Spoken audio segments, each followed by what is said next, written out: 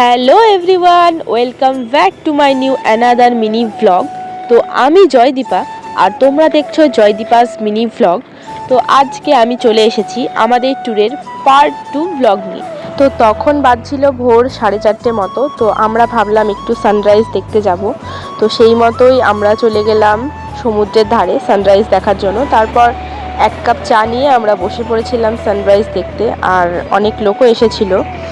আর তারপর রেডি সেডি হয়ে আমরা চলে গিয়েছিলাম জগন্নাথ মন্দির এবং মোহনা দেখার উদ্দেশ্যে। তো দেখতেই পাচ্ছ, এই যে আমি রেডি সেডি হয়ে চলে এসেছি মোহনায়। আর এখানে এসেই এই যে দেখো, আমরা এখানে বিভিন্ন ধরনের মাছ দেখতে পেয়ে গিয়েছিলাম, কিন্তু মাছ বাজারে সত্যি প্রচণ্ডই গন্ধ। তো চলো সেসব কথা বাদ দিয়ে আমরা সুন্দর ভিউটা এখন এনজয় করতে থাকি। এই যে এটা হচ্ছে মোহনার ভিউ, দেখতেই পাচ্ছ তোমরা সবাই জানো এখানে নদী আর সমুদ্র একসাথে মিলেছে, তাই এটাকে মোহনা বলা হয়। তো তারপর এখানে কিছু কেনাকাটা করে আমরা আবার বেরিয়ে পড়েছি মন্দির দেখতে যাওয়ার উদ্দেশ্যে। আর তার মধ্যে আমরা আরও কিছু জিনিস দেখে নিয়েছিলাম, যেমন জগন্নাথ দেবের মাসির বাড়ি এবং বিশ্ববাংলার আরও অনেক কিছু, সেগুলো শেয়ার করছি, তোমরা দেখে নাও। এই যে এটা একটা পার্ক, আর এই যে বিশ্ববাংলার ওইটা। তো তারপর আমরা এই যে চলে এসেছি জগন্নাথ দেবের মাসির বাড়ি।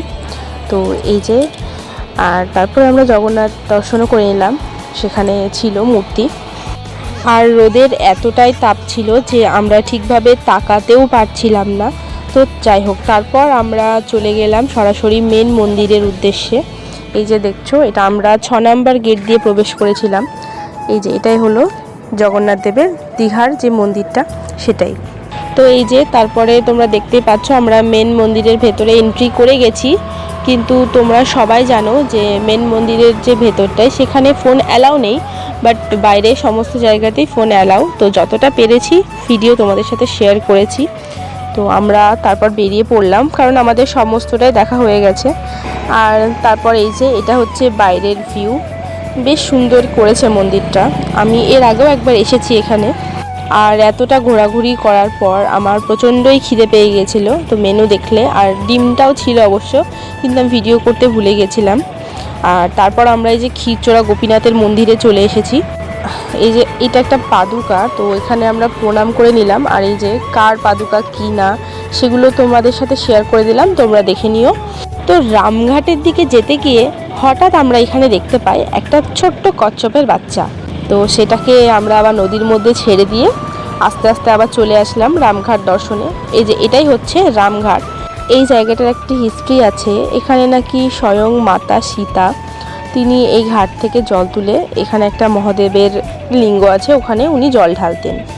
এই জন্য জায়গাটা খুব মাহাত্ম্যপূর্ণ। তো সেটা দেখে আমরা আবার বেরিয়ে চলে এসেছিলাম, কারণ তারপরে আমাদের আবার বাস ছেড়ে দিয়েছিল। আর সন্ধ্যা হয়ে আসছিল, আর আমাদের এখনও একটা স্পট দেখা বাকি ছিল, সেটা হচ্ছে নীলগিরি পর্বত। তারপর গাড়ির কাছে ফিরতে ফিরতে আমরা সবাই প্রায় ক্লান্ত হয়ে গিয়েছিলাম। তো সবাই এখানে এই যে দেখতে পাচ্ছ বসে পড়েছিল। আর তারপরেই আমরা আরও একটা স্পটে গিয়েছিলাম, যেটা হচ্ছে নীলগিরি পর্বতের কাছেই একটা রাজবাড়ি। আর এখানে যে আমি কি ভাষণ দিচ্ছিলাম না দিচ্ছিলাম সে আমি জানি না। তো তোমাদের সাথে কথা বলতে বলতে এই যে এটাই হচ্ছে নীলগিরি পর্বত। তো সেখানে আবার অনেকটা উঁচুতে পাহাড় চড়ে যেতে হয়, তো আমরা আস্তে আস্তে গেলাম ওপরে। আর এখানে যে জায়গাটা সেটাকে বলা হয় পঞ্চলিঙ্গেশ্বর। এখানে নাকি ঝর্ণার ভেতরে হাত দিলে শিবলিঙ্গ স্পর্শ করা যায়, আর এখানে মহাদেবের 5টি শিবলিঙ্গ আছে। তো সেসব দেখে বেরিয়ে আসলাম আমরা আস্তে আস্তে, কারণ মন্দির 5টায় বন্ধ, আর তখন প্রায় 5টার ওপরেই বেজে গিয়েছিল, আর আমরাই ছিলাম শেষ দর্শনার্থী। তো আস্তে আস্তে আমরা এই যে বেরিয়ে আসলাম। আর নাইটটা আজকে আমরা এখানেই স্টে করেছিলাম। আর এই যে আমাদের রাত্রিবেলার খাওয়া দাওয়া। আর ভিডিওটা ভালো লাগলে অবশ্যই লাইক কমেন্ট শেয়ার করে জানাবে, এবং চ্যানেল নতুন হয়ে থাকলে চ্যানেলটা সাবস্ক্রাইব করে দেবে। বাই।